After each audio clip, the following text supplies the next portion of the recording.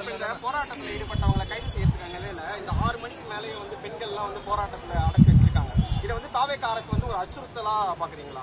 இந்த போராட்டம் தொடர்ந்து பண்ணீங்கன்னா இந்த மாதிரி தான் நாங்கள் அவர் தேர்தல் பிரச்சாரத்தில் வைத்த வாதங்களை எல்லாம் நீங்கள் கேட்டிருப்பீர்கள். ஆட்சி வந்தவுடன் பெண்கள் பாதுகாப்பு முன்னுரிமை என்றார்.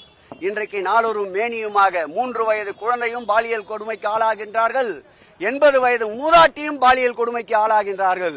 இது குறித்து தெளிவாக எங்களுடைய மேயரும் எங்களுடைய மாணவரணி செயலாளர் வீரமணி அவர்களும் தெளிவாக உங்களுடைய கருத்துக்களை பகிர்ந்திருக்கின்றார்கள். அதுவே போதுமானது.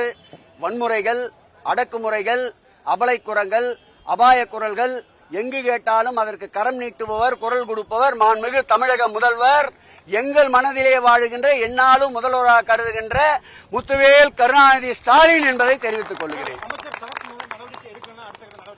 அடுத்து தலைமை மாண்புமிகு தமிழக முதல்வர் என்ன உத்தரவிடுகிறாரோ அதை செயல்படுத்துகின்ற களச்சிப்பாய்களாக நாங்கள் இருப்போம்.